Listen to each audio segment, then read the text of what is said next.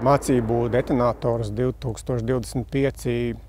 Vienkāršiem vārdiem sakot, tas galvenais uzdevums ir veikt cekules bijušo munīcijas noliktavu teritoriju attīrīšanu no sprādzienu bīstamiem priekšmetiem un tādējādi arī vienlaicīgi trenēt savas meklēšanas un munīcijas identificēšanas spējas. Mācības detonators un vispār cekula ir ļoti interesanti ar to, ka šeit gadu gaitā dažādām armijām ir bijušas noliktavas.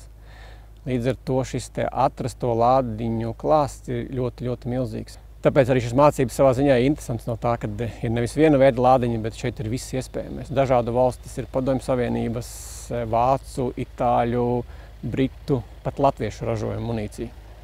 Uz doto brīdi, tas ir uz vakardienas vakaru, mēs esam atraduši 467 sprādzienu bīstamus priekšmetus, un lielākais no tiem ir bijis 203 mm liels artilērijas lādiņš.